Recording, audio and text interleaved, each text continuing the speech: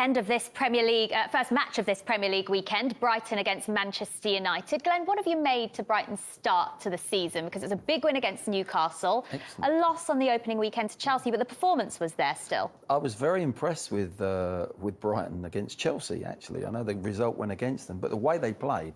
And you can tell what Graham was saying there. They're a bunch of players at the moment that can't wait to play football. They can't wait for their next game. And when you've got that in your camp, wow, that confidence, that belief is there. And it doesn't matter who they're playing against. They're probably coming against Man Utd, who have just lost at home to Palace, playing them at the right time. So this fixture, sometimes you look at it, oh, Man Utd, that's going to be a tough game. It's come at the perfect time for Brighton. Now, they've got to go out and do the job on the pitch. But I've got a sneaky little feeling they might actually surprise everyone and get a win. I've got to say, I was in fascination of what a performance, Lamptey. Wow, he was sensational against Newcastle, wasn't he? His energy. And he only played 57 minutes. His recovery runs, you know, his work ethic. He was incredible. He really was, and you just feel that that's Brighton at the moment. There's just this sort of optimism to them. And I think when you look at your opening two home games being against Chelsea and Manchester United, if you're Brighton, you're playing with house money. And I don't want to give them a little pat on the head and say, oh, well, we did well, but you didn't get the result against Chelsea.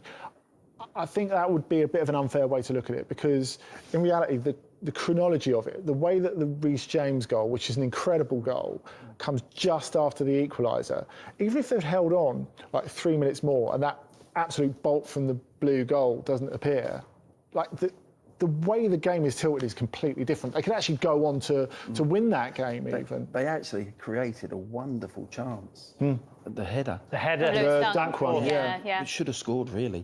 He'd be gutted he didn't. And they go 2-1 up then. And then it's a different story. The different game unfolds from there that Chelsea had to perform. But no, I think it's going to be a good solid season for Brighton this year. I really do. What does a good season entail for Brighton, though, Glenn? Where do you think they should and could finish? Mid-table. I think they could get into 10th quite easily. And this is such a tough Premier League. I think this will be the hardest Premier League we've seen ever. Why is that? Well, because you look at Everton, you look at Wolves, you look at Palace are going to be stubborn. They're going to take points from everyone, left, right and centre. I truly believe this year, from probably third, let's say Liverpool and Man City, from third to ninth, you could end up third, but you could end up ninth in that league. There's going to be such a battle in that positions there. Man United there, Chelsea, Arsenal, Tottenham, Wolves, Everton, they're all improving. Agreed. And you know what? I think it's for the teams that are going to be in that spot between third and ninth to cash in between now and Christmas. Because the way the Champions League is stacked, it's pretty much a game every week between mid-October and mid-December. That's going to be really physically hard, I think, for teams to cope with. And if you're one of the teams that's not in it, so if you're Arsenal or Wolves or Everton, as you were saying, have a go. Have a go. Interesting. All right, well, let's focus on the Manchester United side of things. They're the subject of this week's Friday Fan Forum. I'm looking forward to this. So let's hear... let's hear the very first question that's been sent in about Manchester United. Hello, Robbie. The question I wanted to ask you was, what do you think of the United defence after that score show Crystal Palace? I mean, Eric Bailly had a good performance against Luton Town, so I personally think he should start. But what are your thoughts? So we know United defensively towards the end of last season and last season in general were good statistically, weren't they? Keeping clean sheets and amount of goals conceded. I just feel that they need to buy a centre-half with pace in a one-on-one situation. And I'm not sure if Ollie thinks the same. Will it be Maguire and Bailly as his favoured pairing, because Bailly's got a bit more pace? I think going forward, Manchester United's full-backs have to be more creative in the final third. I think Wan-Bissaka's really good defensively. Shaw or Brandon Williams or whoever plays, but I just think they need to add one. And I wouldn't have Lindelof. I would go with the pace of Bailly. Talking about that, the handball last week against Crystal Palace was an absolute joke. It was never handball, was it, Andy? Yes, it was. It was handball. It was. He puts his arms out. He puts his arms out. No. So it's come off his foot. This is going to cause and a he's debate. running. His arms in a natural position from the close proximity. It is not a handball in a million years. You can be upset with the rule. As the current Natural rule silhouette. stands, he sticks his arm out. He sticks his arm out. He's running. It's that natural silhouette. Who runs like this? Well, apart from It wasn't like that. Who runs like this? You run like that. It's like that where it's hitting. Yeah. Like that, not like this.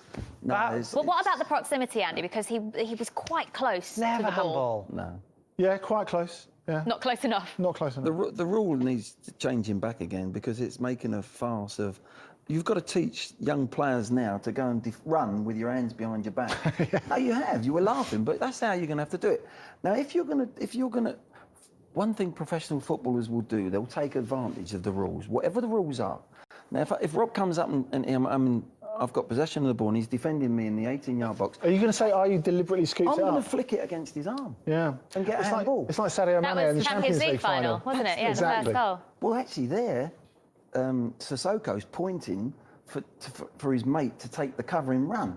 So he's going to take the runner and it's hit his arm. But that came off his chest first, by the way, onto his arm. This but is all it. I'm saying, Look, that's how is that, accidental. Andy? That's handball. never handball. It's in there as well. It's not even out there. You're not serious about that. Yeah, I'm serious. You are serious. That is handball. Yeah. Come on, look. He knows it. All Hang right, his head in shame. let's move on from the handball situation. Regardless of that, the question that came from Armin from Ethiopia was about the defence. Robbie was saying another centre-half? Yeah, I would. Crystal Palace only scored 31 Premier League goals last season. They've scored 3 at Old Trafford in the opening game of the season. I would get a centre-half with pace who can defend one-on-one situations. Yeah, because I think Man United are a team that are possession-based. They'll want to go forward. It's the nature of the beast, really. It has been for many, many years. And I think you're right, Rob. They're going to get caught. Palace had them where they wanted them. That's how they play on the counter. And they're a better team offensively, Palace, now. They've got more pace, more quality up front. Yeah. They couldn't get out last season. But when you go 1-0 down against Palace, that's a problem. And they got found out. We'll talk more about Palace when we preview their match against Everton. But just on that centre-half position for Manchester United, is there a name that stands out to you, Andy, that Manchester United should be going after? Well, I was surprised they didn't get Gabriel. He was a player they were interested in. And this is why I don't really have any faith in United to improve the squad. Because they have targets, and I know there's one particular name looming over the top of those. We'll get on to that. But you don't believe they're going to get it over the line. Even with this Alex Telles deal, who is a player from Porto, the left-back, who I feel would really improve them. You talked about they could maybe do with some full-back cover, maybe an alternative to Wan-Bissaka who can attack a bit more. But on that left-hand side, he's someone who creates, Alex Telles. He's a leader as well. He's experienced in Europe. You could go and get him right now for £18 million. Reguilon went to Spurs. He was linked with Manchester United. I watched him in the Europa League for Sevilla. You know, was he named the best left back in La Liga as well? He was sensational. So he was linked with Manchester United. Listen, loads of players are linked with Manchester United. I can understand why they don't want to do that because of the buyback. But Alex Telles is a player who everyone who watches European football or watches Champions League has been aware of for a very long time. 18 million, and they're saying, but we should be getting him for less in the last year of his contract. You're Manchester United. Just pay it. The amount you're haggling over, you're losing that money on the clock while you're not integrating him into the team. All right, that's the defence for Ole Gunnar Solskjaer. But what about in midfield? Raman from India wants to talk about that. Here's his question. Hi, my question is for Robbie. Now that Van de Beek has played really well in the Carabao Cup, should Solskjaer tweak his formation a little bit and play Pogba, Bruno, Van de Beek and Matic in a 4-4-2 diamond? So I'll go to the great man here about midfield players. You're avoiding answering it then. I'll talk about McTominay, Fred. You know, the more defensive-minded players. But I'll go to the great man on Van de Beek, Pogba. Where do you see that midfield work? I think the power for United is the 3 up front and Fernandes as a 10.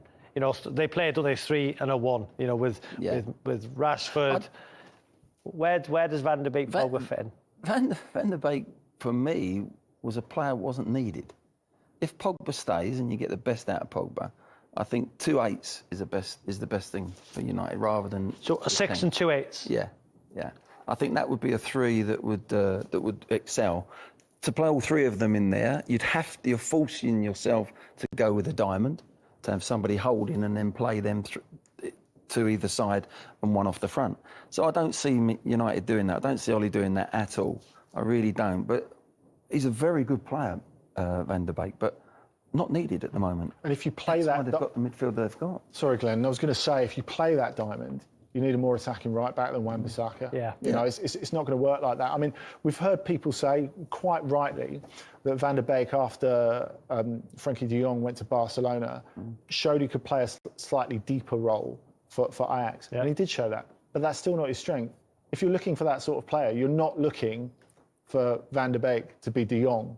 You're looking for a different type of player. Yeah. So, it's surprising to me. I guess the one thing you can say is maybe it's not about them playing together. Maybe if you're United, you're ambitious, you want to play 60 matches this season.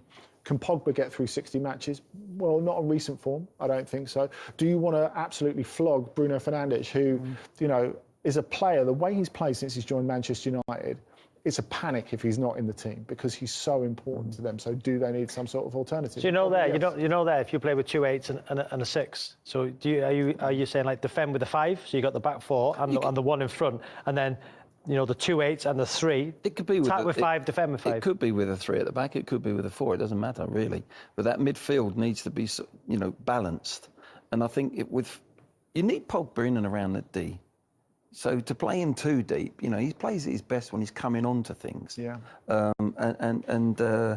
You know, I think that balance would work. Having a 10 there and having 2 deep ones. There's certain games they're going to need to do that against top teams. See on that though, because Pogba, I believe, you've mentioned Kevin De Bruyne's passing ability. Pogba sitting deep there. We seen that ball, didn't we, at Spurs, outside of his foot half volley. Yeah. His passing range, if you play with a 1 holding, a McTominay or a Fred, you know, or a Matic, their passing ability is not as great as a Pogba as a 6. Do you know what I mean? So if you play with the 2 8s, the 6, who's going to be the most creative one in that team?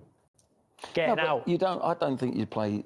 I don't think you'd. It's a waste putting Pogba as a 6. And he's really frustrated there as well. Yeah, I don't think he tracks people. I don't think he's got enough. You understand what I mean? How are they going to get out? Because you know McTominay is as well as he's done. But I'm talking that next level from United 3 semi-finals last season in the cup competitions. How do they get to be a final team, a winning team? You understand what I mean? I think if Pogba starts playing better and playing more around in and around the D and getting in the box. I've seen him for Juventus when he did it for France. He does it. You know, he's a different player sometimes when he puts that blue shirt on. And if they get him playing and then they've got the Portuguese lad in there as well, to me, that is a beautiful blended midfield. You can't ask for more as a manager to have 2 players like that and a holding player just sitting in there, feeding them. Just feed them, give them the ball.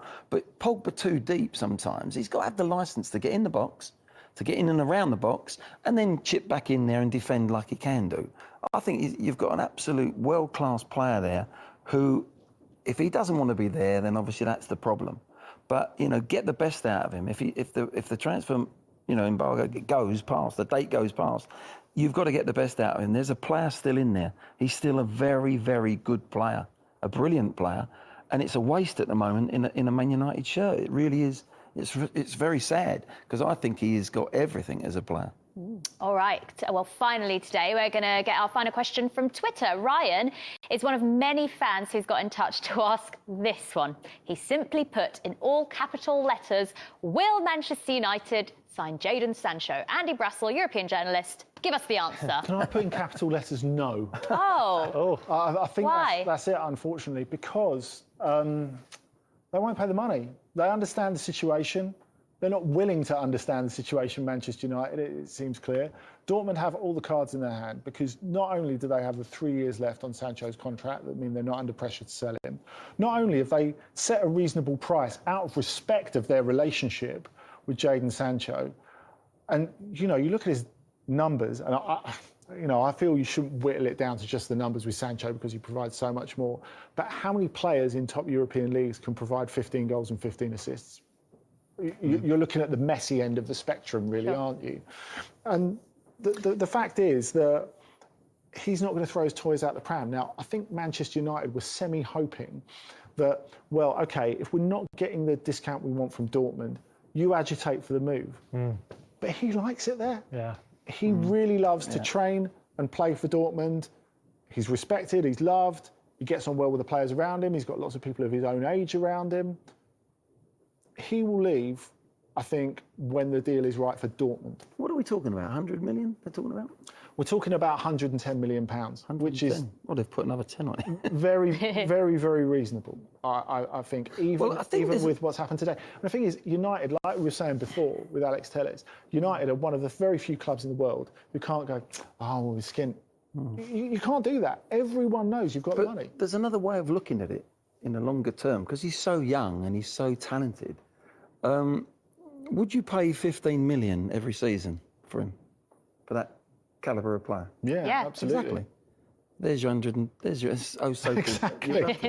So if it's going to cost you 15, 12 minutes, whatever it Glenn, have a equates word to, with them. Exactly. Have a word. It's not as frightening a figure as when you look at it, because he's so young. If you're getting a 28-year-old, you're thinking, that money, we're going to run out of time. They could sign him on a 7-8 year contract, and that's what it's going to cost them. And possibly if he gets even better, which he will do, they sell him for more than the 100 million. But United aren't even looking for sell-on, are they? They're looking for of course not. 10 years of bang out of one of the best players in the world, as I think he is already, and he will be. But I think where United are really missing a trick, apart from the fact that I agree is good value over time, is the fact that now they've got a clear run, because Real Madrid tied up with doing a €500 million redevelopment of their stadium. Paris Saint-Germain aren't really in the market because they don't know what's going on with Mbappe and Neymar. You've got Barcelona, who are just a mess.